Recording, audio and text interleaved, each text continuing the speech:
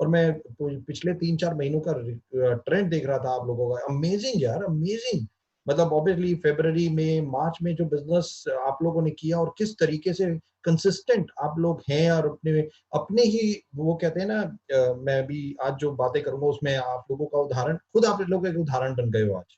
और वो कैसे बने बने हो और उस चीज के बारे में भी मैं बताऊंगा। और यही एक सबसे ज्यादा इंपॉर्टेंट कि आप वो लोग बन गए हो आज जो अपने आप से compete करने लग गए हो, कि आप अपने आप से compete कर रहे हो आज, और ये सबसे बड़ी बात है आज, मैं आपको बता दूं दोस्तों। और आई होप आप लोग मेरी आवाज सुन रहे होगे। अगर आप मेरी आवाज बिल्कुल सही सुन रहे हो तो अपना उल्टा हाथ खड़ा कर लीजिए, लेफ्ट हैंड आप स्टिक ऊपर कर सकते हैं जो मेरी आवाज बिल्कुल परफेक्ट, एकदम एवरीवन परफेक्ट आ रही है। Perfect, thank you so much excellent, sir, thank you. Excellent. और ऑब्वियसली आई होप आप मेरे को देख भी सकते होंगे। ऑब्वियसली जैसे होस्ट ने आप सब लोगों को म्यूट किया हुआ है तो मैं रिक्वेस्ट करूंगा म्यूट ही रहे। आज तकरीबन 1 घंटे में आप लोगों को कुछ कहानियां सुनाऊंगा, राइट। क्योंकि जहाँ से बहुत सारी कंट्रीज और बहुत सारे अलग अलग कॉलेजेस से मैंने पढ़ाई की है, और मेरे को एक चीज सिखाई गई है, जो कहानियां होती हैं वो बहुत इंस्पिरेशन, मतलब प्रेरणा का एक बहुत बड़ा स्रोत होती हैं, और हमारे ब्लड में वो जम जाती हैं, दिमाग में वो ब्लड में इम्बाइड हो जाती हैं, दिमाग में जम जाती हैं, और वो हमारे लॉन्ग टर्म तक हमारे साथ रहती हैं।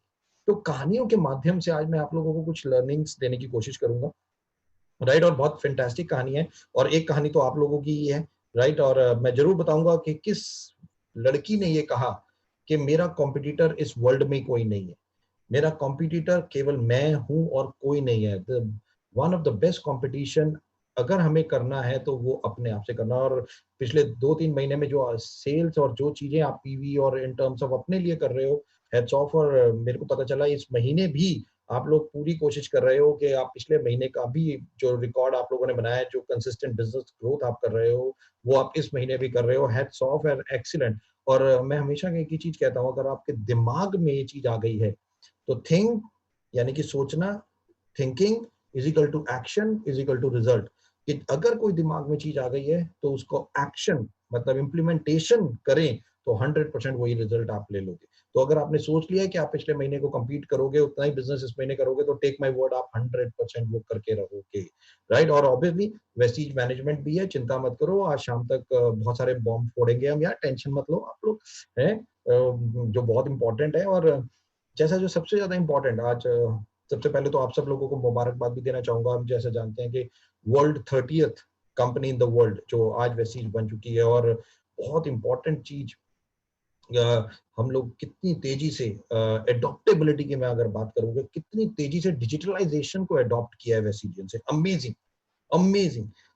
कितनी तेजी से हम लोगों ने अपने अंदर परिवर्तन किया। और हम सब लोग जानते हैं कि परिवर्तन ही इस पृथ्वी का नियम है। और जहां हम एक मीटिंग्स करते थे, फिजिकल प्रेजेंस होती थी, सब कुछ होता था, और आज देखिए जूम के द्वारा गांव गांव में, केवल मोबाइल के द्वारा या वेबएक्स या अलग अलग सॉफ्टवेयर जो हैं, जो गांव गांव में आज हम लोग पहुंचते चले जा रहे हैं। और कितना इंपॉर्टेंट, कितनी लर्निंग्स हम ले रहे हैं। और मैं कई लोगों को देख रहा हूँ जो वेस्टीज यूनिफॉर्म में है, अमेजिंग यार। मतलब बजरंग जी, बजरंग शर्मा जी, राइट, मैं देख रहा हूँ कि आई थिंक उनके साथ उनका बेटा है, और दोनों वेस्टीज यूनिफॉर्म में है।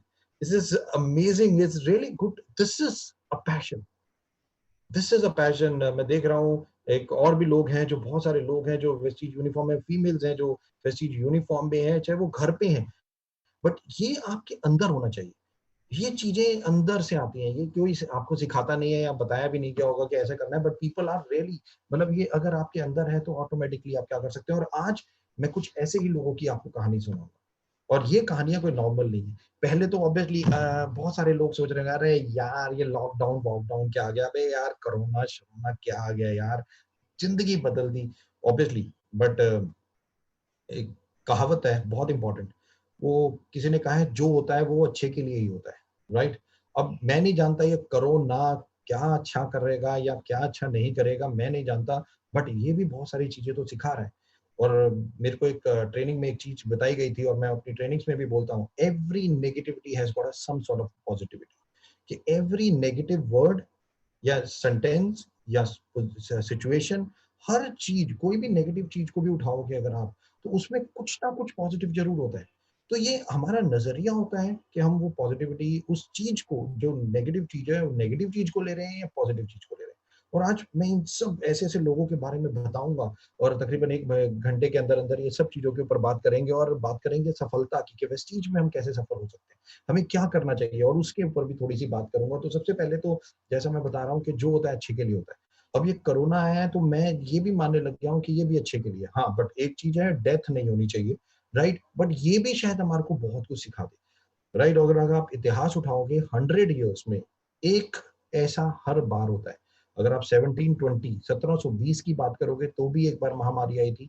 ऐसा ही हुआ था, लॉकडाउन हुआ था यानी कि सब लोग लॉकडाउन उस वक़्त लॉकडाउन नहीं कहते थे बट लोग अपने-अपने घरों में थे तब। 1820 में भी ऐसा ही हुआ था। 1918 1918 में भी ऐसा ही हुआ था और अब 2020 ये 4 साल का रिकॉर्ड है कि हर 100 साल बाद कुछ ऐसा होता है जब ऐसी कोई ना कोई प्रॉब्लम आ जाती है, राइट? बट ये इसके ऊपर ज़्यादा नहीं जाएँगे बट एक चीज़, एक कहानी से जो सबसे पहले आप लोगों को बताना चाहूँगा क्योंकि अब लोग हम लोग क्या सोच रहे हैं, यार कब लॉकडाउन खुलेगा, कब बाहर जाएँ यार, थक गए यार, ये हो गया यार, ये क्या कर रहा है यार? बहुत सारे इफ बट क्वेश्चन हमारे दिमाग में और लोग सोच रहे होंगे बहुत ज़्यादा कि यार बस बस अब तो कोई छोड़ दे हमें, राइट? कुछ ऐसा-सा हमारे दिमाग में चल रहा होगा कि हम कुछ ऐसा करें। बट क्या ये अच्छे के लिए हुआ है? मुझे नहीं पता। क्या ये बुरे के लिए हुआ है? मैं नहीं जानता। बट हाँ, एक कहानी ज़रूर सुनाना चाहूँगा और ये कहानी है अकबर और बीरबल की। अकबर और बीरबल नाम सुने होंगे आप लोगों ने और अकबर और बीरबल बहुत फेमस हुए हैं और ऐसे ही ये कहानी भी शायद आप लोगों ने सुनी हो बट इस मौके की नज़ाकत को देखते हुए बहुत इम्पोर्टेंट है, राइट? और अकबर और बीरबल एक बार क्या हुआ अकबर अपनी तलवार निकाल रहे थे और जैसे ही उन्होंने अपनी तलवार निकाली, उनका हाथ कट गया। अब जब उनका हाथ कट गया, तो जितने भी जो दरबार में बैठे हुए थे, सारे लोग उनके पास आए, "ओ स राजा जी क्या हो गया? राजा जी क्या हो गया? राजा जी क्या हो गया? राजा जी क्या हो गया? अरे पट्टी करो, अरे मेडिसिन लगाओ, ये लगाओ, दवाई लगाओ।" ये सब चीज़ें वहाँ चल रही थी। अब बीरबल वहाँ दूर खड़े हुए थे और देख रहे थे ये सब चीज़ें। अब राजा ने देखा सारे लोग मेरे को पूछने आ रहे हैं कि भई ये क्या हो गया? हाथ कट गया आपका और बीरबल कुछ पूछ ही नहीं रहा। तो उन्होंने बीरबल की तरफ आँखें घूरी, तो भई तू क्यों नहीं पूछ रहा? उन्होंने इशारा किया, बीरबल भई ये क्या है? तो बीरबल ने वहाँ से पूछा, महाराज जो होता है अच्छे के लिए होता है। अब बताओ, एक तो राजा, दूसरे अकबर और तीसरा हाथ कट गया और चौथा आप बोलो कि अच्छे के लिए होता है। राजा क्या करेगा? बिल्कुल नेचुरल है, गुस्सा आ जाएगा। अब अकबर को गुस्सा आ गया और उन्होंने इमीडिएटली कहा इसको पहले पकड़ो, इसको जेल में डालो। इसको मजाक सूझ रहा है, इसको मेरा हाथ कट गया ये अच्छा लग रहा है। मतलब किसी का हाथ कट गया और वो भी अच्छा बता रहा है तू। मतलब राजा को अकबर को इतना गुस्सा आ गया उसके ऊपर कि मेरा हाथ कट गया और तेरे को लग रहा है कि ये अच्छा है, ये चीज़ अच्छी हो गई है। इसको सबसे पहले जेल में डालो और उन्होंने सैनिकों को बुलाया और बीरबल को जेल में डाल दिया। अब जब बीरबल जेल में था, तो उन्होंने कहा कि भई मतलब ऑब्वियसली अगले दिन सुबह-सुबह शिकार पे जाना था अकबर को, अब हाथ कटा हुआ था। शिकार पे निकल गए सुबह-सुबह अपने थोड़े से सैनिक लिए और शिकार पे चले गए जैसे जनरली वो जाते थे। अब वो शिकार पे गए तो जंगल में गए और जंगल में घुसते चले गए, ज़्यादा-ज़्यादा और डीप डाउन चले गए। अब जब बहुत डीप चले गए तो उन्हें रियलाइज़ हुआ कि बहुत आगे अंदर तक आ गए और जब तक रियलाइज़ हुआ तब तक देखा कि उनको चारों तरफ से ट्राइबल्स जो ट्राइब्स होते हैं, आदिवासियों ने घेर लिया। और वो इतने सारे आदिवासी थे, उन्होंने अकबर और अकबर की सेना को मारा और अकबर को पकड़ लिया और कहा, "अब वाह, वाह, वाह! आज हम अकबर की बलि चढ़ाएँगे।" अब सारे आदिवासी जो थे, उन्होंने खुश हो गए और उन्होंने कहा, "आज तो हम अकबर की बलि चढ़ाएँगे भैया, आज तो बहुत बड़ी प्रसन्न होगी हमारी देवी माँ।" अब अकबर की बलि चढ़ने की टाइम मतलब तय हो गया और सारी तैयारियाँ होने लगी। तो जब अकबर की बलि चढ़ रही थी, तो ऑटोमैटिकली उन्होंने देखा कि अकबर का हाथ कटा हुआ है। और जैसे ही उन्होंने देखा हाथ कटा हुआ है, तो उन्होंने ट्राइब्स में आप लोगों ने सुना होगा कि किसी भी हैंडीकैप या किसी भी व्यक्ति की जिसको कुछ लगा हुआ है, उसकी बलि नहीं दी जाती, राइट? अ, मुझे नहीं पता ये ऑटोमैटिकली हम सब लोगों ने सुना ही है।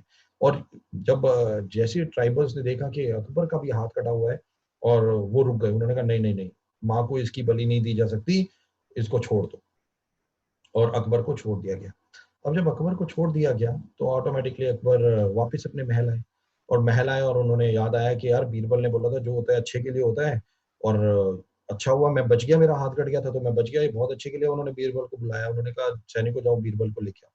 अब सैनिक बीरबल को लेके आए, अब जब सैनिक बीरबल को लेके आए, तो बीरबल से राजा ने कहा, "थैंक यू भई, तू सही कह रहा था जो होता है अच्छे के लिए होता है, कि मेरा हाथ कट गया था तूने बोला जो होता है अच्छे के लिए होता है और मेरा हाथ कट गया था, तो मेरे को उन्होंने ट्राइबल्स ने छोड़ दिया, मेरी बलि नहीं दी, नहीं तो मेरी बलि दे देते आज। तो बीरबल ने कहा महाराज मैंने तो आपको बोला था जो होता है अच्छे के लिए होता है। तो राजा अकबर ने कहा यार तेरे मैं एक बात तो समझ गया कि ये मेरे लिए अच्छा हुआ, पर तेरे लिए क्या अच्छा हुआ? तू तो एक रात जेल में काट के आया है ना। उसने कहा महाराज मेरे लिए भी बहुत अच्छा हुआ। उसने कहा कैसे तेरे लिए क्या अच्छा हुआ, तू तो जेल में रहा रात भर। उसने कहा महाराज अगर मैं आप मुझे जेल में नहीं डालते तो मैं साथ में आपके शिकार पे जाता, और जब मैं आपके शिकार पे साथ में जाता तो आपका हाथ कटा हुआ था तो आपकी तो बलि नहीं दी जाती, बट मेरी बलि जरूर दे देते क्योंकि मेरा तो कुछ भी नहीं कटा हुआ। The most important things guys, whatever happen for good, and this is the fact of the life. शायद आज ये जो सिनेरियो है ये भी शायद नेचर हमें कुछ सिखा रही है, ये कुछ सिखा रही है कि आज हमें क्या करना चाहिए। और ये चीज जो आज आपके पास आई है ना, ये एक टाइम पे पांडवों के पास भी आई थी, राइट? जैसे आज आप घरों में है ना, ऐसे ही एक सिनेरियो था, एक समय था जब पांडवों को वनवास मिला था 12 साल का। 12 साल का वनवास दिया गया था और 1 साल का अज्ञातवास, आप लोगों को मालूम होगा ये सब बातें। तो जब 12 साल का वनवास दिया गया और 1 साल का अज्ञातवास, तो सारे पांडव उठे और चले गए। अब जब वो चले गए तो उन्होंने एक आश्रम में शरण ली, एक गांव में एक आश्रम में वो रहे वहां पे। अब जब वहां रह रहे थे तो सुबह उठते थे, आराम से रिलैक्स करते थे, कोई टेंशन नहीं, कोई कुछ नहीं। अब उनको क्या समझ आ रहा है भाई क्या है, अब वनवास है ये तो, इसमें क्या करना है। तो वो वनवास थे, वो तो कुछ नहीं, आराम से रिलैक्स कर रहे थे और बस कुछ नहीं चलता था उस वक्त। और उसी वक्त कृष्ण भगवान आए और कृष्ण भगवान ने उन्हें एक लाइन बोली, पांडवों ये लॉकडाउन पीरियड, ये समय क्या आपके वर्जन 2 का नहीं है? वर्जन 2 क्या होता है दोस्तों? क्या एक नए अर्जुन का समय तो नहीं है? एक नए युधिष्ठिर का समय तो नहीं है? एक नए भीम का तो नहीं है? यानी कि परिवर्तन अपने आप में का समय तो नहीं है? अपने आप को एनरिच करने का समय तो नहीं है? अपने आप को एम्पावर करने का समय तो नहीं है? यस, कृष्ण ने बोला था ये बात, मैं नहीं बोल रहा हूँ दोस्तों। उन्होंने पांडवों को बोला था कि ये बेस्ट टाइम है, ये बेस्ट टाइम है। जब आपके पास कुछ नहीं है तो आपके पास सब कुछ पाने का सबसे बड़ा सही समय है। आपके पास कुछ नहीं है, कुछ नहीं कर सकते आप, तो सब कुछ पालो आप। अर्जुन, आप तपस्या करो, तपस्या करके वो तीर अपने कमान में डालो जो अभी तक आपके पास नहीं है, जो आपके पास नहीं है। नकुल सहदेव, आप तलवारबाजी में इतने निपुण हो जाओ, इतने निपुण हो जाओ कि आज तक कोई ऐसा तलवारबाज ही ना बना। भीम, युधिष्ठिर। और उन्होंने, कृष्ण भगवान ने केवल उन लोगों को यही समझाया था दोस्तों, पांडवों को केवल यही समझाया था कि जब आपके पास ऐसा समय है जहां आप कुछ नहीं कर सकते, तो आपके पास एक्चुअली में ऐसा समय है कि आप सब कुछ कर सकते हो अपने अंदर, बाहर नहीं बट अपने अंदर।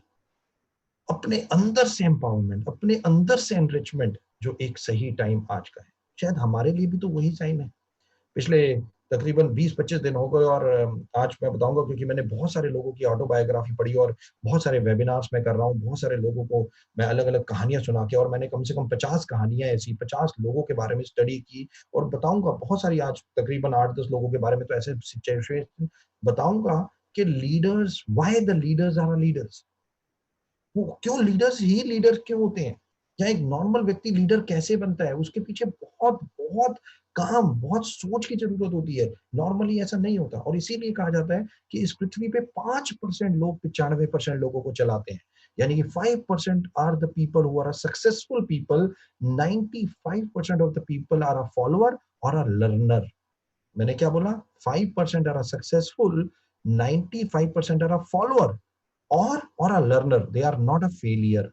वो फेलियर नहीं है, वो लर्नर है या फॉलोअर है। क्योंकि दोनों प्रकार में, लर्निंग में भी लर्नर्स भी और फॉलोअर्स भी दोनों सीखते हैं, बट फेलियर्स कभी नहीं सीखते। फेलियर्स हार मान जाते हैं, राइट? और मैं नहीं चाहता और मैं नहीं जानता और मैं ना चाहूंगा कि, तो इसीलिए मेरी थ्योरी में 5 और 95% की ये थ्योरी है दोस्तों। और यही टाइम था जब श्री कृष्ण ने अर्जुन और पूरे पांडवों को कहा, go and just be your self, be yourself. अब अपने अंदर देखने का टाइम है। जब आप बाहर नहीं जा सकते तो सेल्फ असेसमेंट का टाइम है, सेल्फ असेसमेंट। लीडर्स क्या करते हैं? लीडर्स यही करते हैं, जब उनके पास समय होता है तो वो परिस्थितियों को उसमें भी अपने अनुरूप कैसे बना सकते हैं, वो ये सोचते हैं। तकरीबन 20 दिनों में, जैसे मैंने बोला, कितने लोगों की ऑटोबायोग्राफी पढ़ी या कितना कंटेंट मैंने सीखा, मैं आज स्टोरी के माध्यम से आप लोगों को सिखाऊंगा। और यही चीज मैंने खुद रियलाइज की कि ये सेल्फ असेसमेंट का टाइम है, अपनी वीकनेस पे एक्चुअली काम करने का टाइम है ये। कि मैं अच्छा नहीं बोल सकता, मेरे को क्या बोलना है ये नहीं पता, तो मैं और बुक्स पढ़ सकता हूँ, वीडियोस देख सकता हूँ, ई बुक्स सुन सकता हूँ, कुछ भी कर सकता हूँ, कुछ भी कर सकता हूँ। मेरे को हेल्थ के बारे में ज्यादा नॉलेज नहीं है, कंपनी की इतनी हेल्थ ट्रेनिंग हो रही है, मैं वो अटेंड कर सकता हूँ, मतलब कुछ भी। बट ये सही समय है अपने अंदर अपने आप को असेस करने का, अपने अंदर उन चीजों को डालने का जो आपको, जब जैसे धीरे धीरे चीजें सुनने नॉर्मल होंगी, आप ऑटोमेटिकली कहाँ से कहाँ पहुंच जाओ।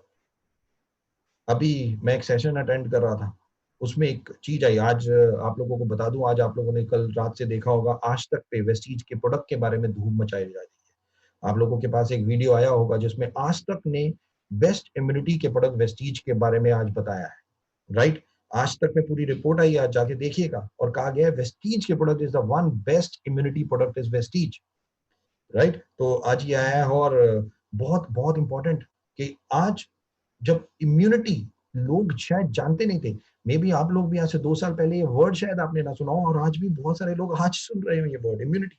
बट आने वाला कल केवल इम्यूनिटी है दोस्तों, कल इम्यून सिस्टम ही अब आपको बचाएगा, फ्यूचर फ्यूचर इज इम्यूनिटी। और मैसूर में मेरी एक हेल्थ टीम गई थी आज से तकरीबन 1 साल पहले, और मैसूर मैसूर में एक न्यूट्रिसिटिकल कॉलेज है दोस्तों। मैसूर में बहुत बड़ा न्यूट्रिसिटिकल कॉलेज है, वहाँ पे आज से 1 साल पहले हम वहाँ पे गए और हमारी पूरी टीम थी वहाँ पे, और हम लोग न्यूट्रिसिटिकल के ऊपर बहुत रिसर्च करते रहते हैं।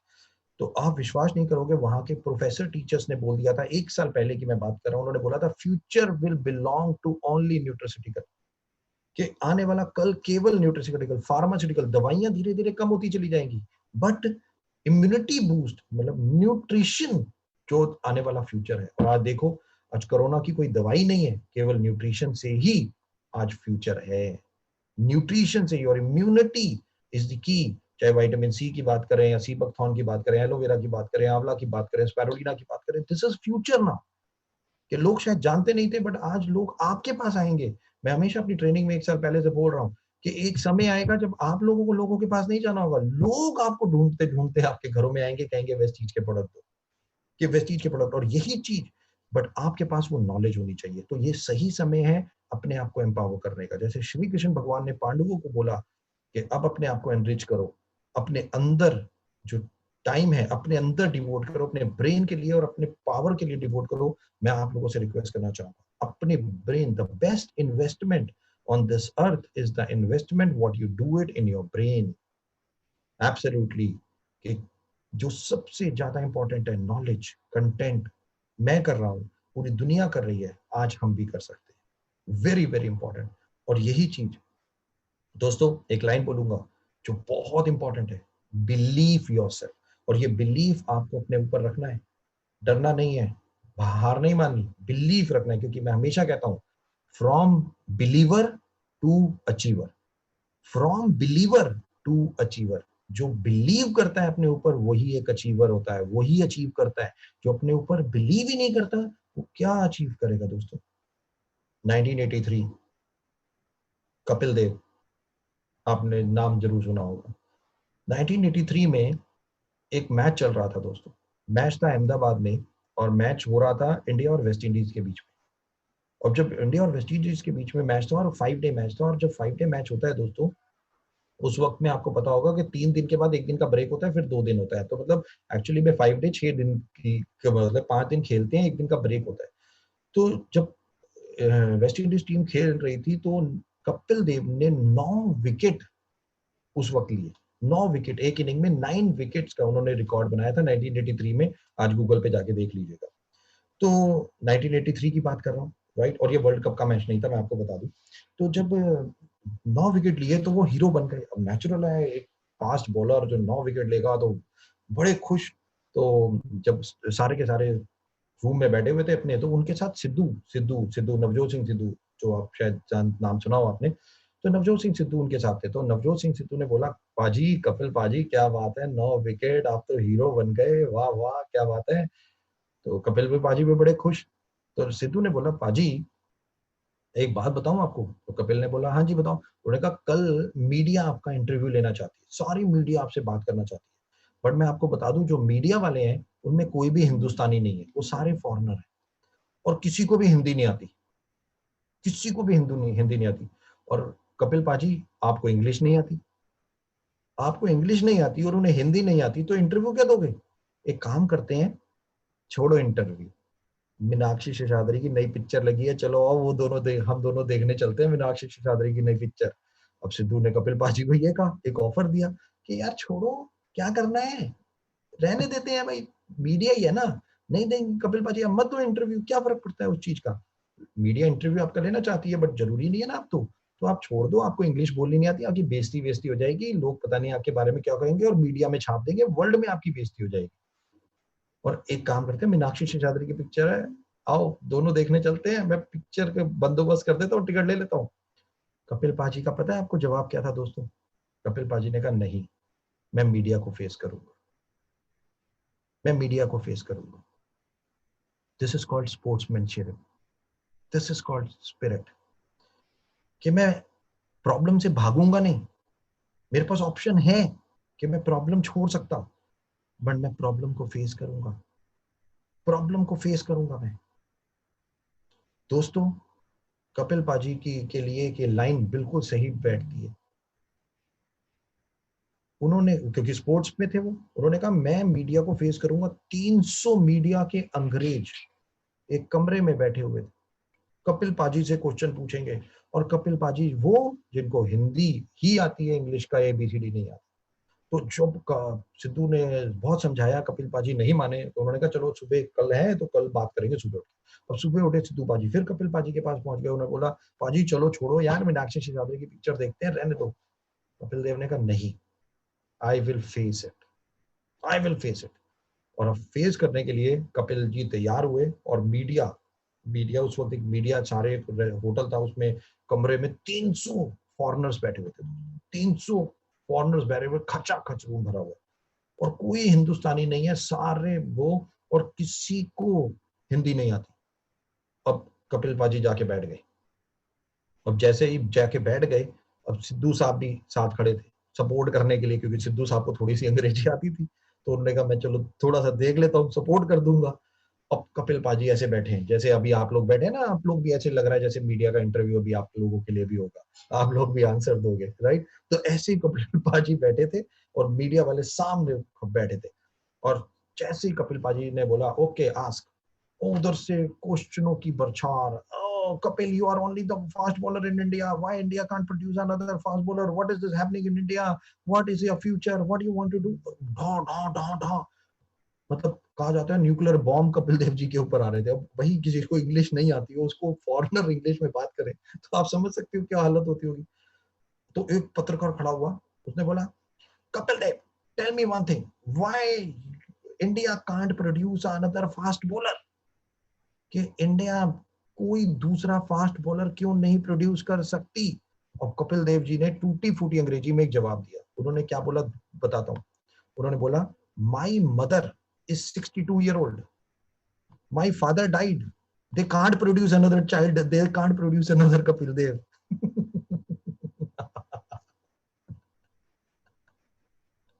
कपिल देव ने बोला कि मेरी मदर 62 साल की है, मेरे फादर की डेथ हो चुकी है, नया कपिल देव कहां से आएगा। मतलब इतनी इंग्लिश भी नहीं आती थी वो उस वक्त, और वो मीडिया के सामने ये बोल रहे थे दोस्तों। बट द मोस्ट इंपॉर्टेंट, तकरीबन 2.5 घंटे कपिल देव जी वो मीडिया के सामने रहे, और सारे क्वेश्चंस का आंसर जैसे वो दे सकते थे उन्होंने दिया। From believer to achiever, if you believe in yourself you can do anything, you will be the achiever, you are the one. अगर आप अपने ऊपर भरोसा करते हो तो टेक माय वर्ड, आप कुछ भी कर सकते हो दोस्तों।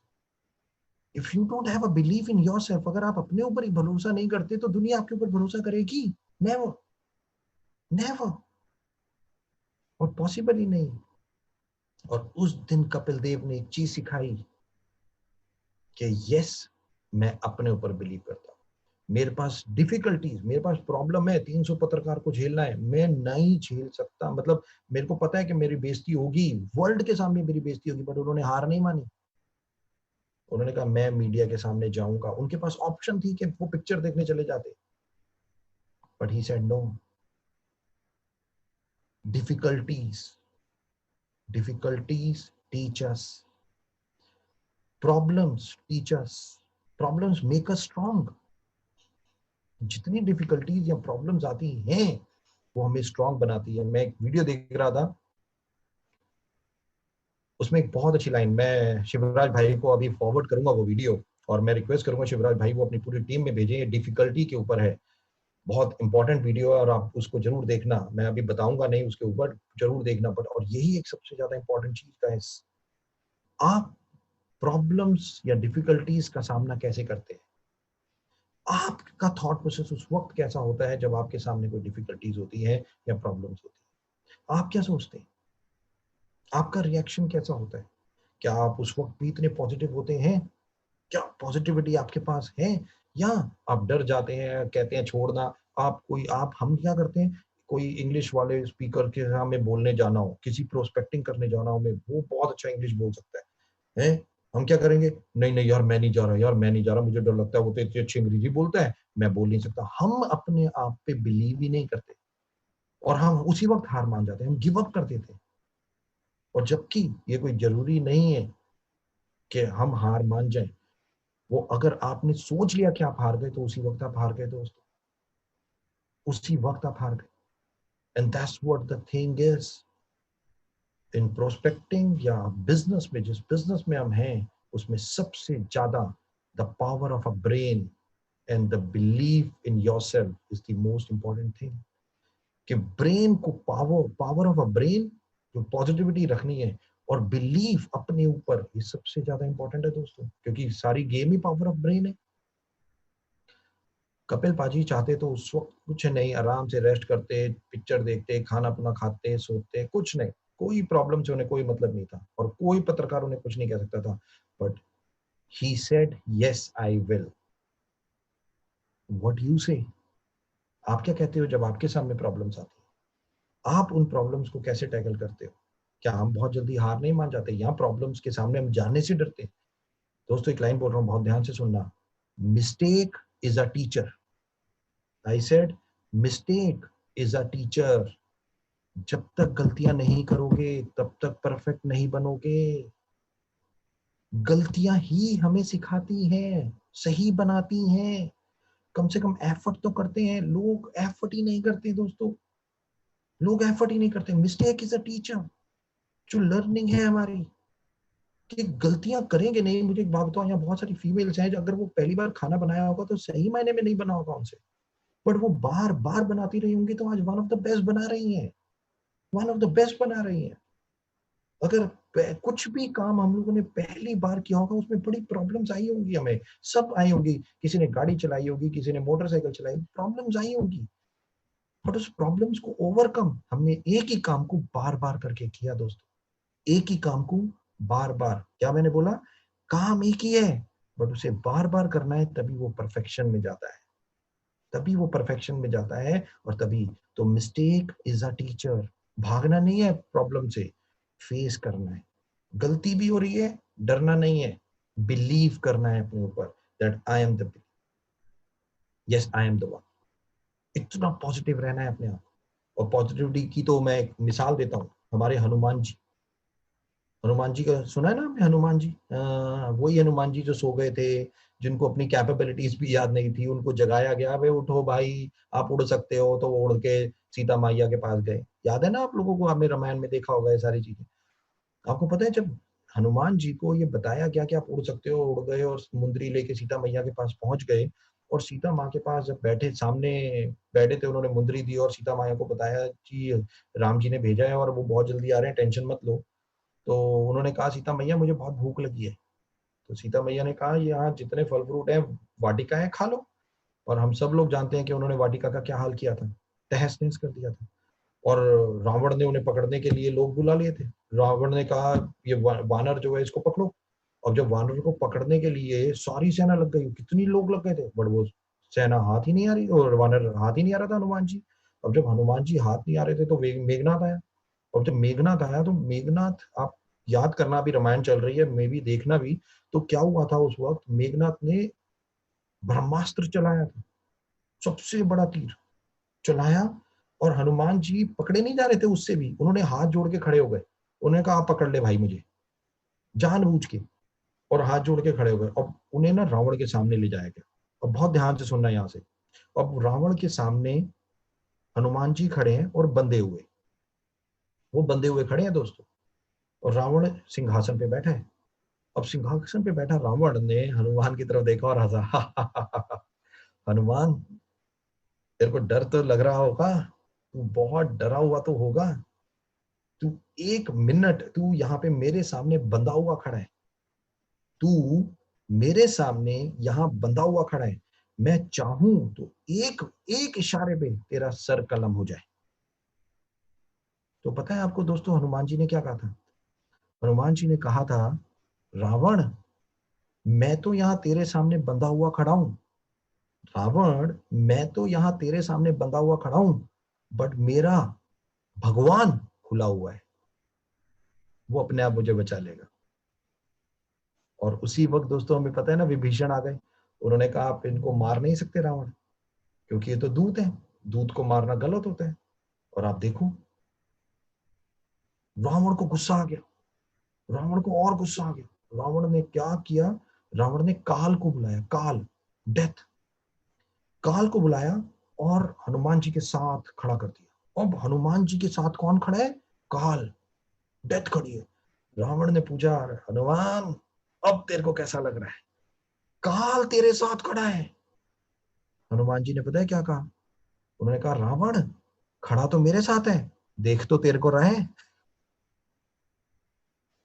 कि खड़ा तो मेरे साथ है, अबे देख कहाँ रहा है, ये तो देख। अब रावण को और गुस्सा आ गया। रावण ने कहा, यार ये तो साला मान ही नहीं रहा मेरी बात, इसको तो डर ही नहीं लग रहा, ये तो इतना पॉजिटिव है, डेथ से भी नहीं डर रहा। उनको और गुस्सा आ गया रावण को। उन्होंने कहा, अबे तेरी, मैं चाहूं मैं चाहूं तो काल तेरे को एक इशारे पे, मेरे एक इशारे पे काल लेके चला जाएगा तेरे को, एक इशारे पे। तो पता है हनुमान जी ने क्या बोला? उन्होंने बोला, रावण, काल मेरे साथ खड़ा होके मेरे कान में भी यही कह रहा है, हनुमान इशारा कर, रावण को ले जाओ।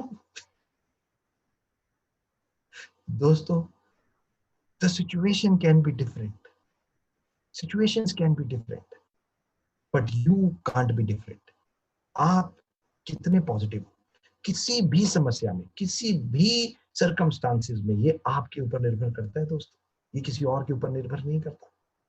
कि सिचुएशन कैसी है, हनुमान जी बंधे हुए खड़े हैं, बंधे हुए खड़े हैं, बट उन्हें बिलीव है कि somebody is there to protect me, my God, that's all।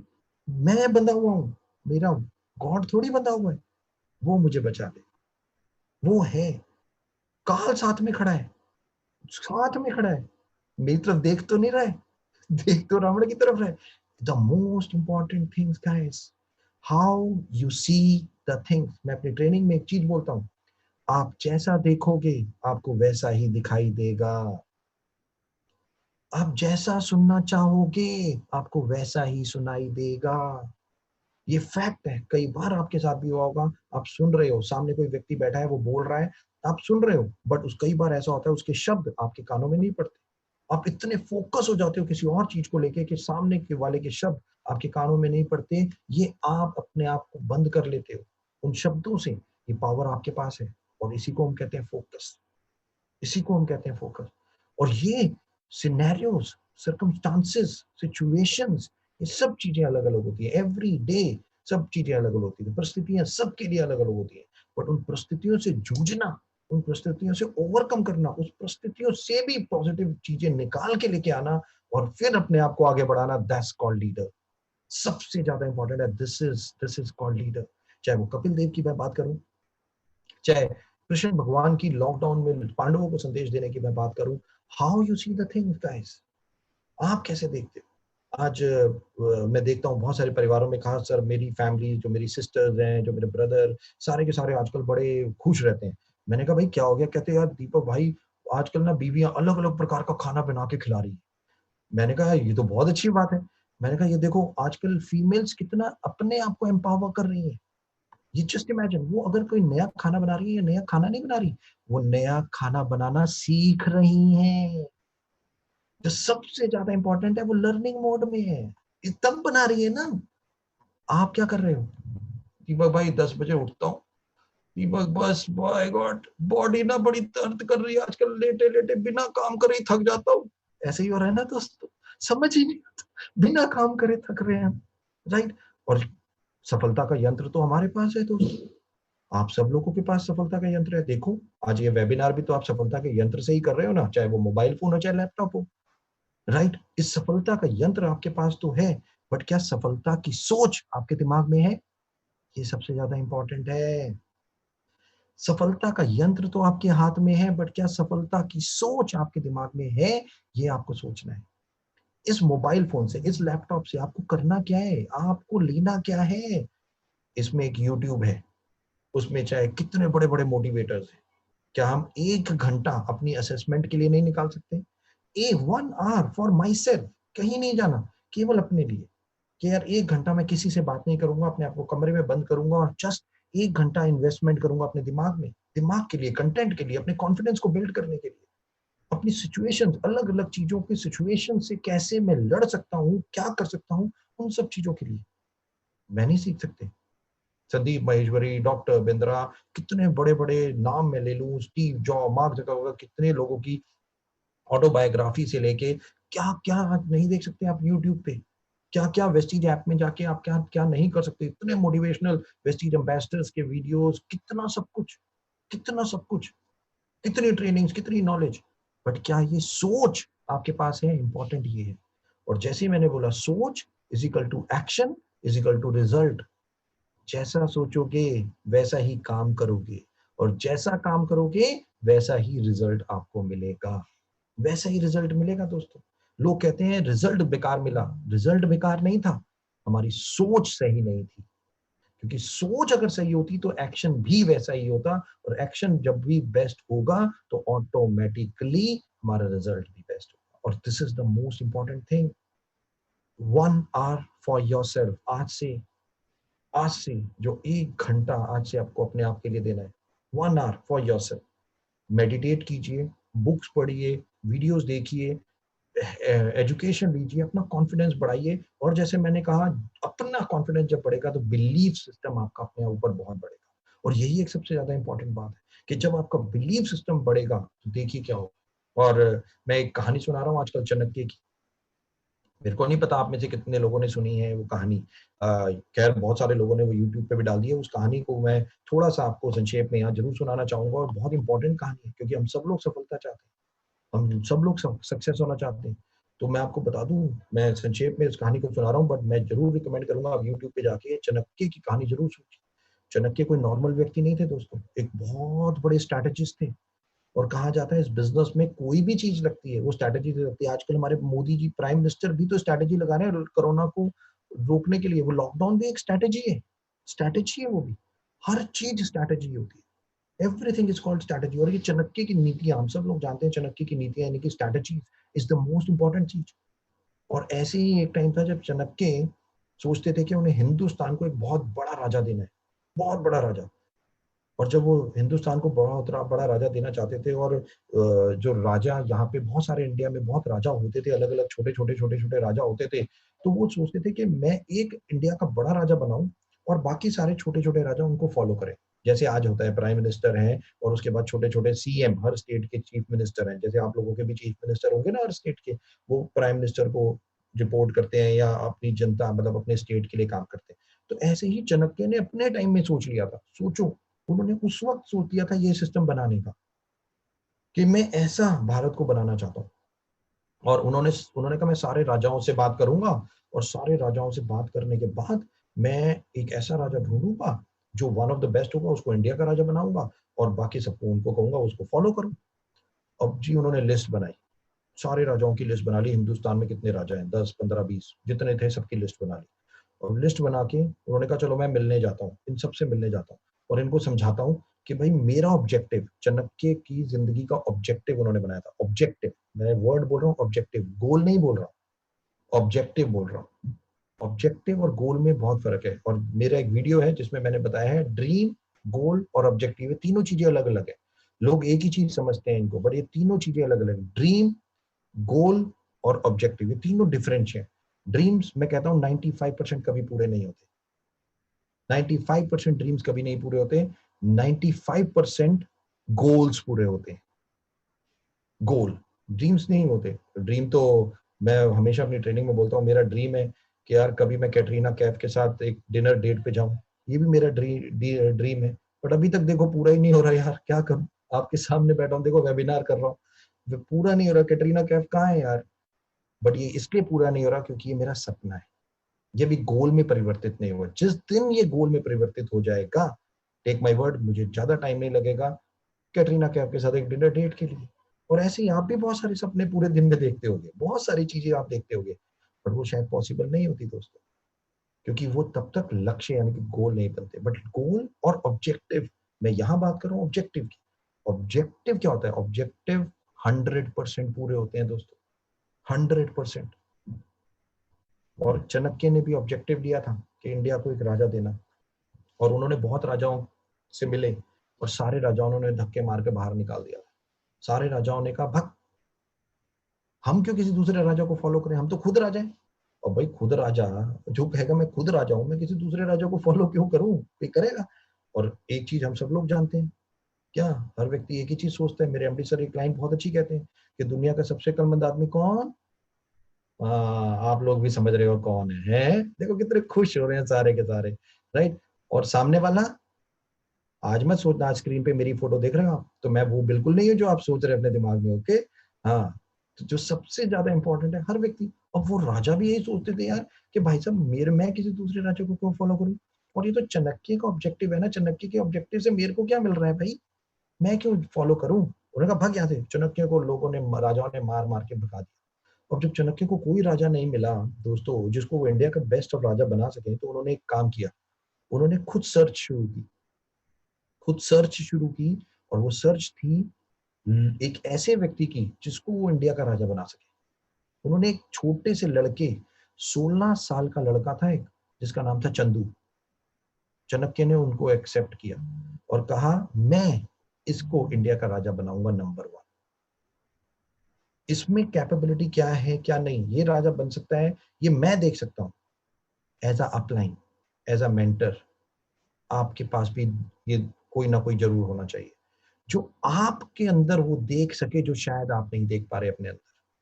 जब वो 16 साल का लड़का चंदू, वो नहीं जानता था कि उसका फ्यूचर क्या होने वाला है, पर चाणक्य ने एज अ मेंटर देख लिया था कि चंदू का फ्यूचर क्या होने वाला है, या चाणक्य क्या बनाने वाले हैं। और दोस्तों, वही चंदू जो 16 साल का लड़का था, एक साल में नहीं, सालों बाद चंद्रगुप्त मौर्य नाम का राजा बना इंडिया का। दोस्तों, एक दिन में ये नहीं हुआ, एक महीने में ये नहीं हुआ, एक साल में भी ये नहीं हुआ, सालों लगे एक चंदू को चंद्रगुप्त मौर्य बनते हुए, चंदू को चंद्रगुप्त मौर्य बनते हुए सालों लगे। दोस्तों हमेशा याद रखो, हमेशा याद रखो, अगर वन ऑफ द बेस्ट चीज बनानी है तो वो समय लेगी। ताजमहल 20 साल, ग्रेट वॉल ऑफ चाइना 200 साल, 3 पीढ़ियां, 3 पीढ़ियां खत्म हो गई, 3 पीढ़ियों में जाके ग्रेट वॉल ऑफ चाइना बना था दोस्तों। कुतुब मीनार, ऐसे नंबर ऑफ चीजों की आप बात करो जो आज हिस्ट्री क्रिएटर्स हैं, वो ओवरनाइट नहीं बनी। अरे दूर क्यों जाते हो दोस्तों, वेस्टीज 2004 में जब हम लोगों ने शुरू किया था, केवल 6 लोग, 6 डिस्ट्रीब्यूटर्स थे, और आज 16 सालों बाद 2.25 करोड़ परिवार आज इसके सम्मिलित हो चुके हैं। और वर्ल्ड की top 30 companies in the world, ये केवल आप लोगों ने बनाया है दोस्तों, हमने नहीं बनाया। हम तो नौकर हैं आप लोगों के। मैं तो साफ बोलता हूँ कि असली मालिक, मेरे एमडी सर बोलते हैं कि वेस्टीज की मैनेजमेंट तो एक नौकर है आप लोगों की, और असली मालिक आप लोग हैं जिन्होंने वेस्टीज को आज यहाँ से यहाँ बना दिया। और यही एक सबसे ज्यादा इंपॉर्टेंट बात है दोस्तों, कि जो आज हमें भी समझ आनी चाहिए कि एक मेंटर, वो चंदू, जो चंद्रगुप्त मौर्य बना, चाणक्य ने उनके ऊपर काम किया, उनको नीतियां सिखाई, उनको शस्त्र चलना सिखाया, अस्त्र चलना सिखाया, सब कुछ सिखाया। मैं हमेशा एक लाइन बोलता हूँ वेस्टीज में, एक दिन में, बहुत ध्यान से सुनिएगा दोस्तों ये लाइन, एक दिन में हम क्या करते हैं, हम आते हैं, अभी 1 महीना नहीं हुआ हमें, और हम सोचने लग जाते हैं यार मेरा 10 लाख का चेक आएगा, यार मैं तो डीओसीडी बनूंगा, यार 1 महीने में ही मुझे सब कुछ चाहिए। तो मैं आपको बता दूं, एक दिन में वेस्टीज में आपको कुछ नहीं मिलेगा दोस्तों, एक दिन में वेस्टीज में आपको कुछ नहीं मिलेगा दोस्तों। बट हाँ, एक दिन आपकी जिंदगी में ऐसा है, जो ऊपर वाले ने आपकी जिंदगी में डाला है, कि एक दिन आपकी जिंदगी में ऐसा है कि अगर आप वेस्टीज करते रहे तो आप जो चाहोगे वो आपको वेस्टीज से मिलेगा। मैं 100% चैलेंज करता हूँ इस चीज को, कि एक दिन वो आपकी लाइफ में है, वो ऊपर वाले ने डाल के भेजा है आपको, आप जो चाहोगे मिलेगा। बट उसके लिए समय, उसके लिए पेशेंस, उसके लिए परसिस्टेंस, उसके लिए थोड़ा संयम रखने की जरूरत है, उसके लिए गिव अप नहीं करना, लगातार करते रहना है। ये जिंदगी आपकी है दोस्तों। लोग, मैं एक लाइन कहता हूँ कि आज के समय में प्रॉब्लम क्या है, लोग अपने दुख से दुखी नहीं है, बट आपके सुख से बहुत दुखी है आपके सुख से। लोग आपको आके, आप अच्छा काम भी करोगे ना कोई आके आपको बोलेगा बे पागल हो गया, क्या कर रहा है, छोड़। और हम क्या करते हैं, हम अच्छे भले काम को करते हुए छोड़ के उसके साथ चल देते हैं। हम अपने दिमाग से अपनी जिंदगी, अपने सोच से अपनी जिंदगी नहीं चलाते, बल्कि रादर दूसरे लोगों की सोच से अपनी जिंदगी चलाते हैं। ये हम अपनी जिंदगी, चंदू, एक 16 साल का लड़का, एक अच्छा अपलाइन चाणक्य उसे मिला, और वो भारत का राजा बना।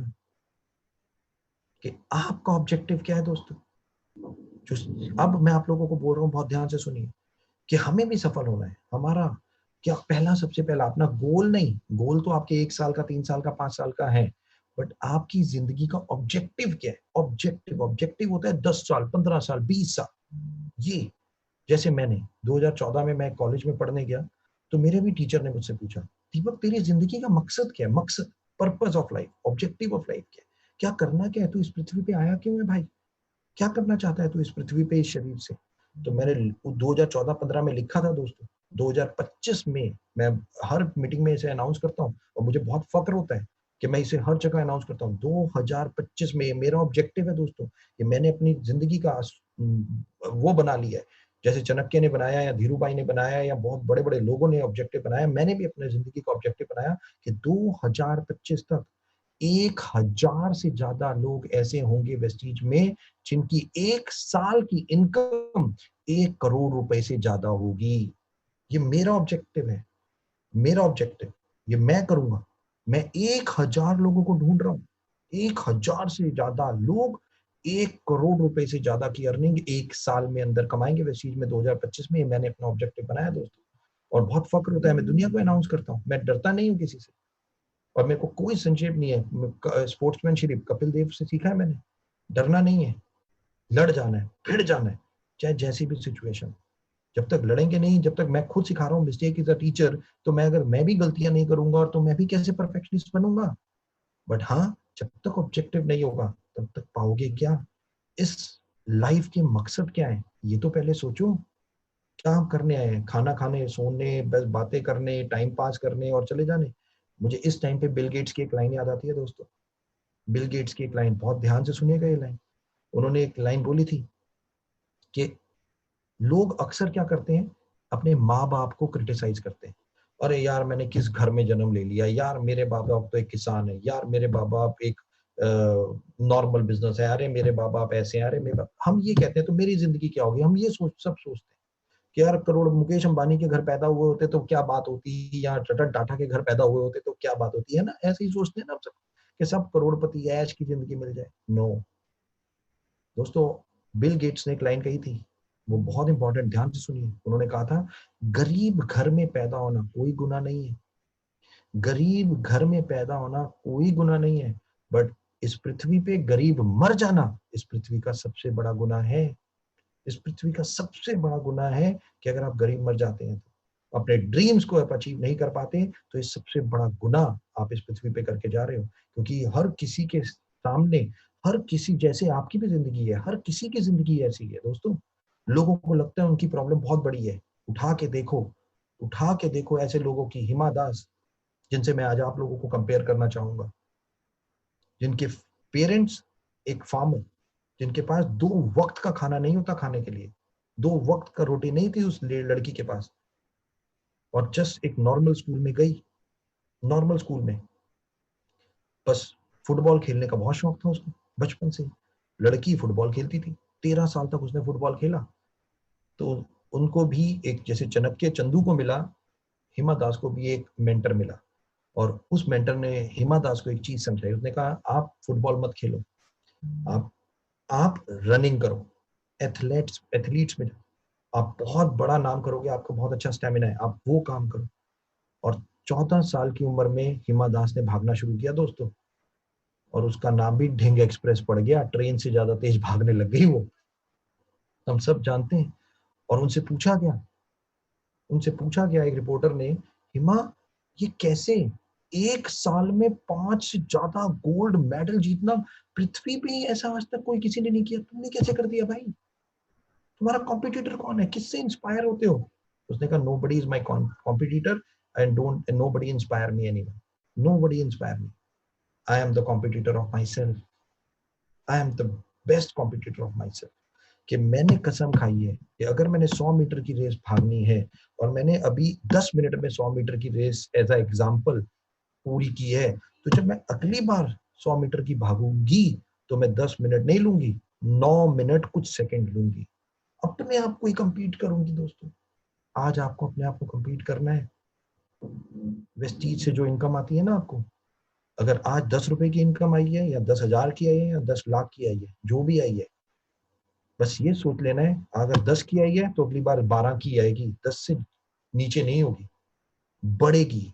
compete, और you are the best competitor of yourself guys. ये नहीं सोचना कि मैं किसको दिखाना है, किसी को नहीं दिखाना। एंड ऑफ द डे हमें सब कुछ इंटरनली, सबको सब कुछ पता होता है। हम यहाँ दिखाने के लिए नहीं किसी को आए, हम किसी को प्रूव करने के लिए नहीं आए। हिमा दास ने कहा मैं यहाँ पे किसी के लिए नहीं हूँ, मैं अपने लिए हूँ बस। But I will show the world what I can do, and she has done it, and she has done it. यही नहीं दोस्तों, और अब जिस परिवार के बारे में मैं बात करने जा रहा हूँ, अमेजिंग। आप लोगों ने टाटा ग्रुप का नाम तो सुना ही होगा, आपको शायद पता भी नहीं होगा कि टाटा ग्रुप, रतन टाटा जो अभी हैं, उनके फादर का नाम था जहांगीर JRD टाटा, और रतन टाटा के जो दादा थे उनका भी नाम था JRD Tata, Jamshed Ratan Tata basically, right. तो सबसे बड़े थे जमशेद, फिर थे जहांगीर, और फिर थे रतन टाटा। ये 3 पीढ़ियां हैं। आपको पता है जो जमशेद रतन टाटा थे, उन्होंने 1880 1880 में इंडिया में स्टील फैक्ट्री लगा दी थी। 1880 की मैं बात कर रहा हूँ दोस्तों। वो इतने विजनरी थे कि 200 साल बाद क्या होना है वो ये देख रहे थे, 200 सालों बाद। Just imagine, 200। आज हम तकरीबन 1880 से कब बैठे हैं, 2020, 140 साल हो गए ऑन एन एवरेज जिसकी मैं बात कर रहा हूँ। 140, 150 साल के आसपास का समय हो चुका है दोस्तों। उससे पहले स्टील फैक्ट्री लगा दी थी JRD टाटा। लोग अक्सर कहते हैं अरे दीपक जी मैं अकेला हूं, मैं क्या कर सकता हूं, मेरे से तो कुछ नहीं होता। तो आज मैं एक कहानी सुनाता हूँ। इंडिया किसने बनाया? केवल एक व्यक्ति ने दोस्तों, एक व्यक्ति, जस्ट वन। आज मैं उस व्यक्ति की कहानी सुना रहा हूँ, जो एक व्यक्ति पूरे हिंदुस्तान के लिए बहुत था, हमें तो पता भी नहीं। हाँ, अब तो शायद मैं आजकल ऑटोबायोग्राफी पढ़ रहा हूँ तो मेरे को सुन के मेरे रोंगटे खड़े हो गए कि क्या 1880 में भी ऐसे लोग थे जो इतना विजनरी थे, जो ये थे जहाँ ना मोबाइल फोन था, ना टेलीविजन था, ना एक्स चीजें थी, ना कुछ थी, जो आज सब कुछ है हमारे पास। और इसीलिए शायद हम उन जैसे नहीं हैं। हमारे पास सारी सुविधाएं हैं, बट शायद पैशन नहीं जो उस वक्त के लोगों में हुआ। कि 1880 में स्टील फैक्ट्री लगाना, जैसा आप सोच के देख लो। और उस वक्त टाटा ग्रुप यानी कि जमशेद टाटा की सोच थी कि मेरे को इंडिया को बहुत बड़ा लेके जाना है।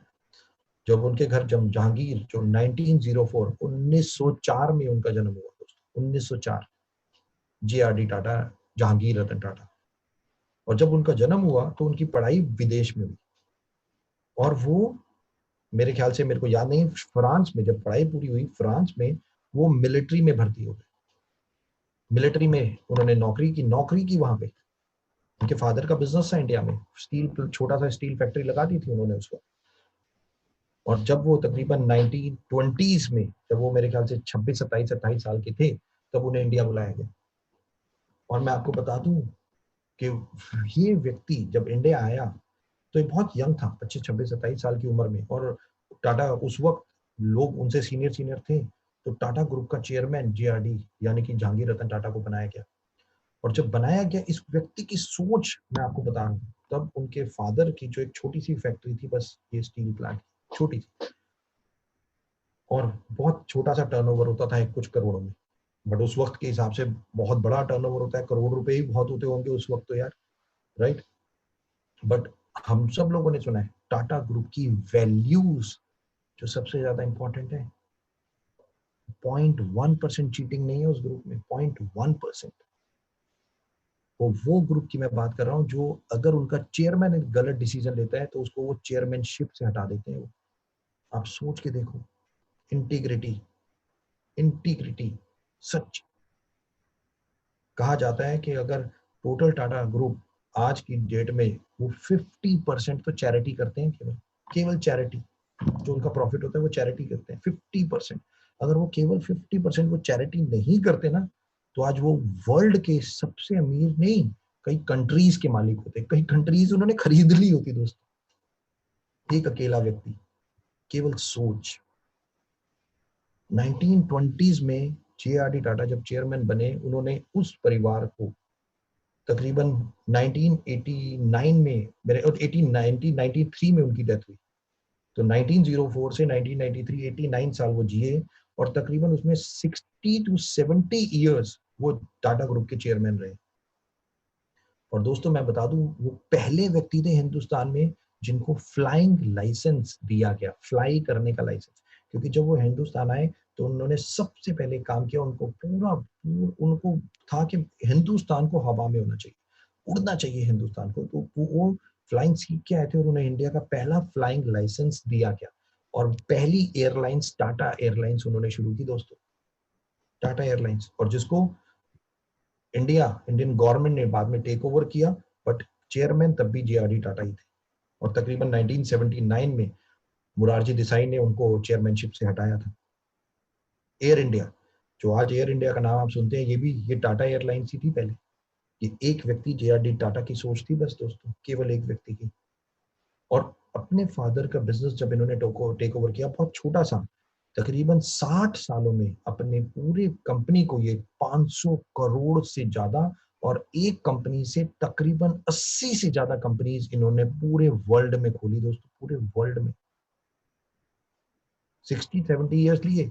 आज आप टीसीएस की बात करो, टाइटन घड़ियों की बात करो, ताज होटल की बात करो, आप जहां पे भी देखो, आज टाटा सोमो की बात करो, इंडिका की बात करो, जैगवार की बात करो, हर जगह टाटा, हर जगह टाटा। कितने एम्प्लॉयज हैं शायद पता ही नहीं उन्हें। और वैल्यूज है, बस उस परिवार की एक वैल्यूज है दोस्तों, केवल एक व्यक्ति। उन्होंने जवाहरलाल नेहरू के साथ काम किया, उन्होंने मोरारजी देसाई के साथ काम किया, उन्होंने इंदिरा गांधी के साथ काम किया, उन्होंने महात्मा गांधी के साथ काम किया। बट वो कभी भी महात्मा गांधी से मिलने नहीं पाए। उन्होंने 3 बार महात्मा गांधी को बुलाया मिलने के लिए, बट वो अनफॉर्चुनेट था, नहीं मिल पाए किसी कारण से, महात्मा गांधी जी नहीं पा पाए। बट द मोस्ट इंपॉर्टेंट चीज जो मैं बता रहा हूँ, एक व्यक्ति की सोच। और हम कहते हैं कि एक व्यक्ति कुछ नहीं कर सकता, अगर मौका मिले तो पूरा नेशन एक व्यक्ति बना सकता है दोस्तों, पूरा नेशन। बट उसकी नेक सोच होनी चाहिए, सोच, और वैसी एक्शन, और वही रिजल्ट जो मैं कह रहा हूँ आपको बार बार। और यही चीज जेआरडी टाटा ने की इंडिया में। उन्होंने सबसे पहला कैंसर हॉस्पिटल बनाया, सबसे पहला कैंसर हॉस्पिटल, कि इंडिया में 19 मतलब 40s की मैं बात कर रहा हूँ, तब से उन्होंने इतना ज्यादा काम करना शुरू कर दिया था, कुछ कहने की हद नहीं। उन्हें भारत रत्न दिया गया। और वो हमेशा मानते थे, वो आपके इंडिया को happy economic independent, economically strong नहीं होना इंडिया को। वो हमेशा कहते थे कि इंडिया की इकोनॉमिकली बहुत अच्छा इंडिया हो ना हो कोई फर्क नहीं पड़ता, बट इंडियंस यानी कि हिंदुस्तानी लोग खुश रहें और आगे तरक्की करें, ये उनकी सोच थी। वो कहते थे हिंदुस्तानी खुश रहें, हैप्पीनेस होनी चाहिए, प्रॉस्पर्स होने चाहिए, आगे बढ़ते रहें, उन्हें कभी किसी चीज की कमी ना हो, बस ऐसे होने चाहिए इंडियंस। इकोनॉमिकली हमें अमेरिका नहीं बनना, पर हमें खुश रहना, हैप्पीनेस चाहिए।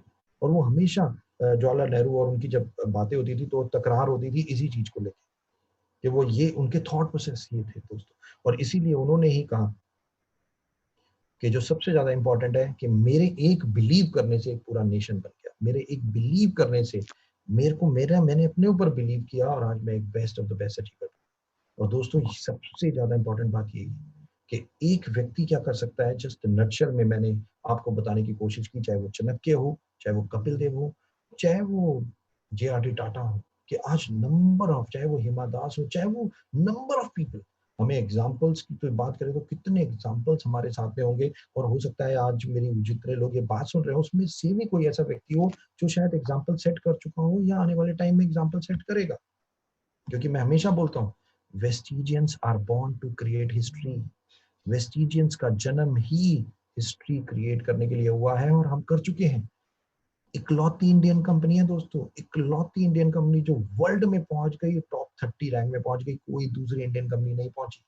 और आज तक चैनल पे आज वेस्टीज को प्रमोट किया जाता है, आज तक वाले वेस्टीज को प्रमोट कर रहे हैं। आज वेस्टीज के प्रोडक्ट के बारे में उन्होंने पूरा वो चलाई। उससे पहले जब हम लोग 30th नंबर पे आए थे, उन्होंने पूरी रिपोर्ट चलाई थी कि किस तरीके से वेस्टीज परिवार।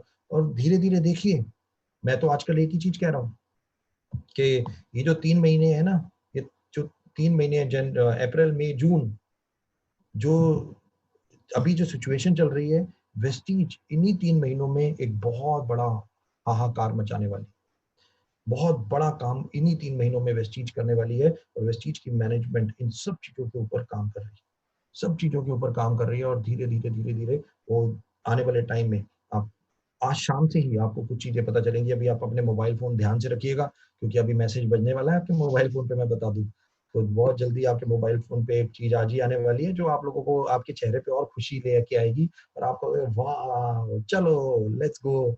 एंड बस last but not the least यही कहूंगा, ऑब्वियसली सफलता और सहूलियत, बहुत ध्यान से सुनिएगा, सफलता और सहूलियत, सफलता और सहूलियत में फर्क क्या है?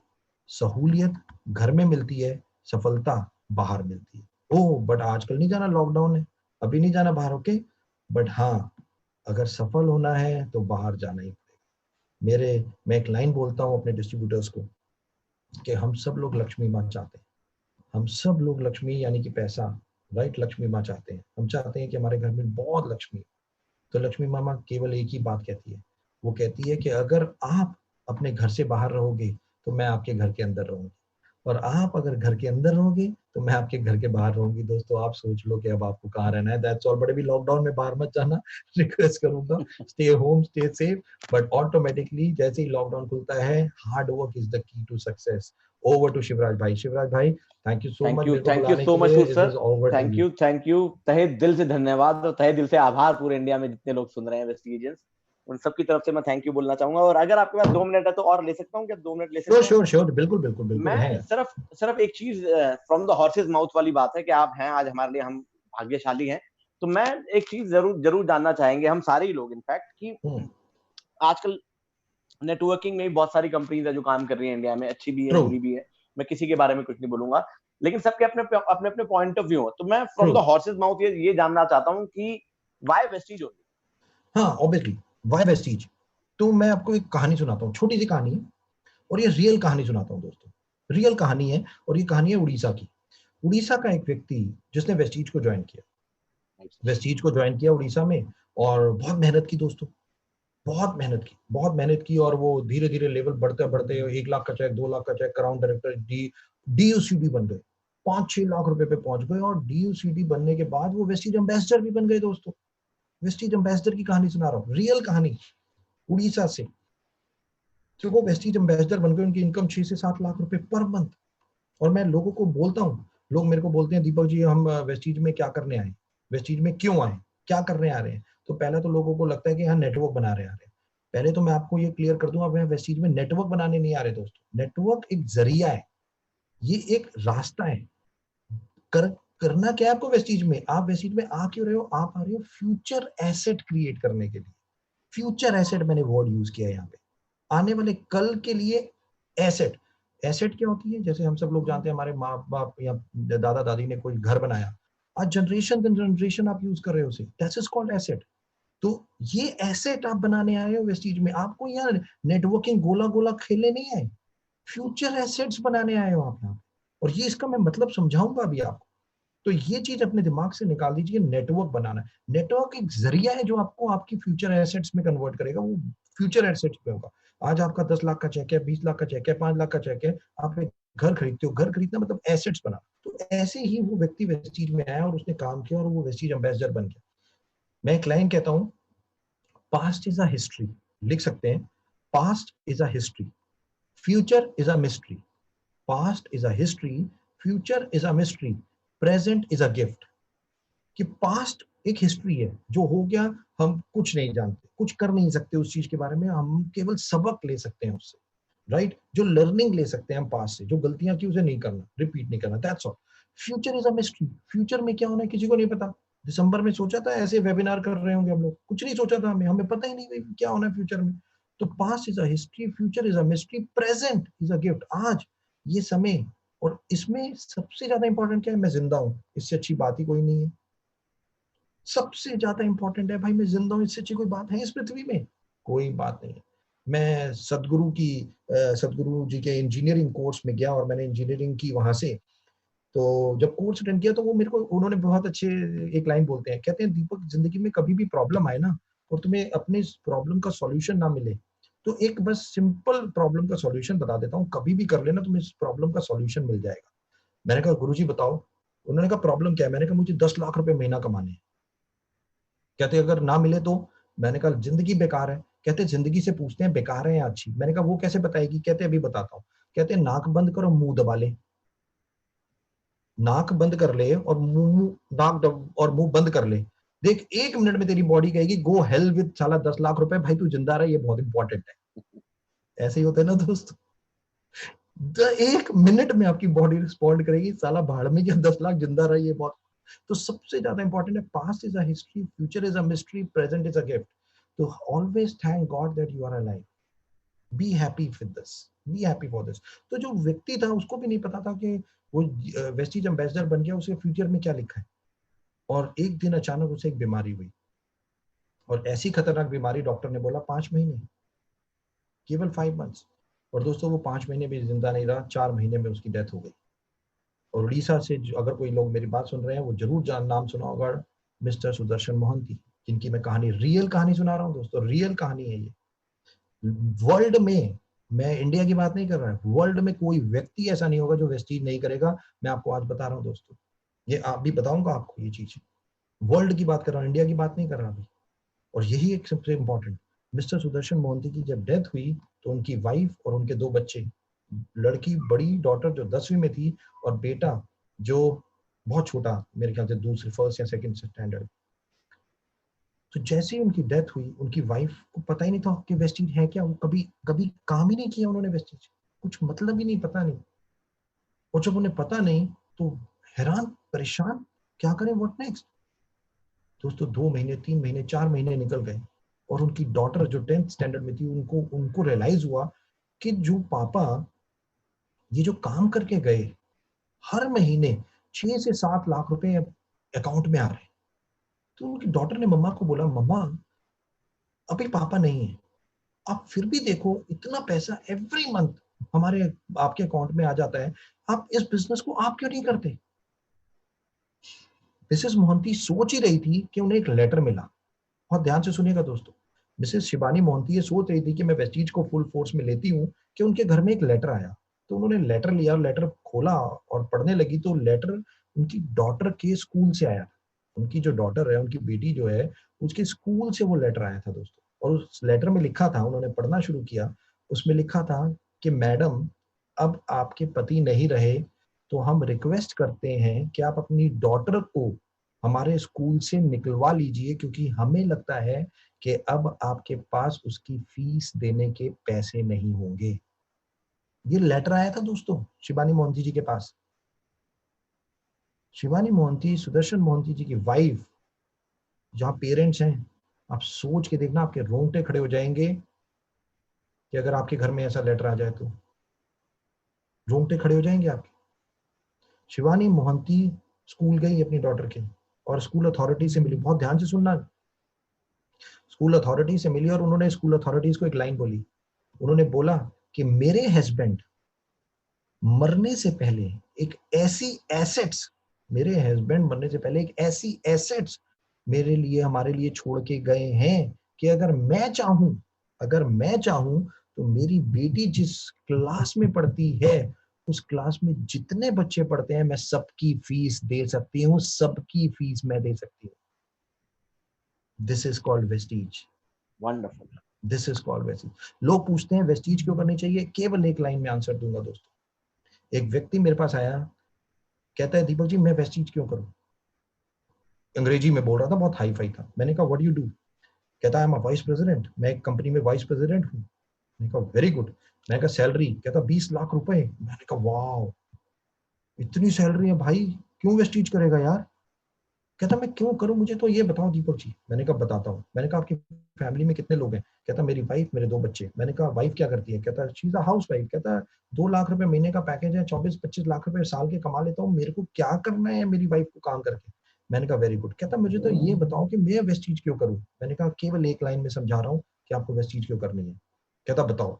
मैंने कहा आप अपने आप को और अपनी फैमिली को दोनों को देखते हो ना। कहता यस। मैंने कहा केवल एक काम करो, अपनी फैमिली को अपने बिना देख के देखो, आपको आंसर मिल जाएगा कि आपको बेस्ट चीज क्यों करनी है। जस्ट हट जाओ अपनी फैमिली से। भगवान ना करे दोस्तों कि हमारे साथ कुछ हो, but death is a fact. Death is a fact. Mister Prakash Shankar Mishra Lucknow से, कैंसर, 80,000 रुपए की इनकम थी, आज मिसेस स्नेहलता मिश्रा 4 लाख रुपए। कैलकाटा से सुदीप्तो, नंबर ऑफ पीपल आज पढ़े लिखे इंजीनियर्स आते हैं और बोलते हैं thank you so much sir, हमें आज रियलाइज होता है कि हमें जिंदगी भर वेस्टीज करनी है, आज जिंदगी भर वेस्टीज करनी है, because this is the only asset we create now. ये आप नेटवर्क नहीं बना रहे, नेटवर्क इज अ जरिया, समझ लो। ये एक रास्ता है, मंजिल फ्यूचर एसेट है। आपको, आप जहां से भी जाना है, किसी और स्टेट में जाना है, मुझे दिल्ली से आगरा जाना है तो आगरा मेरा फ्यूचर एसेट है, बट रास्ता मेरा नेटवर्क है। नेटवर्क एक जरिया है जो आपको फ्यूचर एसेट दिलाएगा। आज मिसेस मोहंती 14 लाख रुपए पर मंथ कमाती है दोस्तों, इसीलिए वेस्टीज जरूरी है। दूसरी कंपनियां, बहुत सारी कंपनीज आती हैं, मैं किसी के बारे में कमेंट नहीं करना चाहूंगा, बट आज इतिहास उठा के देख लीजिए। लोग बाइनरी कंपनीज में, लोगों को लगता है बहुत जल्दी पैसा आता है, शिवराज भाई आप तो पता ही है, लोगों को लगता है कि बहुत, बट आज कितने लोग बाइनरीज देख समझ गए कि binaries companies are not stable companies, कोई फ्यूचर नहीं है वहां पे। शॉर्ट टर्म, लोगों को लगता है बहुत बड़ा पैसा कमा लेंगे हम, किसका, अपने ही रिश्तेदारों का पैसा दूसरों को दे देते हैं और बाद में जिंदगी भर रोते हैं। कितने लोग हमारे पास आते हैं और यही सबकी यही कहानी, सबकी यही कहानी दोस्तों। अगर मैं कहता हूँ बाइनरीज कंपनीज इतनी अच्छी होती तो वर्ल्ड की टॉप 100 कंपनीज में 90 से ज्यादा कंपनीज केवल प्रोडक्ट बेस्ड क्यों होती। अगर इतना ही सब कुछ अच्छा होता तो आज वर्ल्ड में वेस्टी 30th नंबर पे इंडिया की कंपनी कैसे पहुंच गई होती। यहाँ पे तो बहुत सारी बाइनरीज कंपनी भी इंडिया में आई, कितनी इंडियन कंपनीज भी आई और नाम नहीं लेना चाहूंगा कहाँ है आज, but the most important is a stable Vestige, that's all. World करेगा वेस्टीज, डोंट वरी दोस्तों। और एक चीज लास्ट में केवल एक लाइन बोलूंगा, जो वेस्टीज की मैनेजमेंट की सोच है कि भारत को सोने की चिड़िया कहा जाता था, भारत को सोने की चिड़िया कहा जाता था एक टाइम पे। आज आप लोगों के माध्यम से वेस्टीज जब 50 कंट्रीज में होगा और आप लोगों का नेटवर्क पूरे वर्ल्ड में होगा तो पूरे वर्ल्ड का पैसा वापस भारत में होगा और एक समय आएगा वापस भारत सोने की चिड़िया कहलाएगा। आपसे वादा करता हूं वापस भारत सोने की चिड़िया कहलाएगा। Thank you so much Shivraj भाई, thank you. Amazing, thank you so much सुसर, तहे दिल से धन्यवाद, अंतरात्मा से हम आपको धन्यवाद करते हैं। Thank you, thank you so thank much. You so much everyone, thank you. बहुत सारे मैसेज थैंक आ यू, रहे हैं, thank you so very much, thank you. Thank you sir, thank you so much. Rathore भाई and कर दो आप।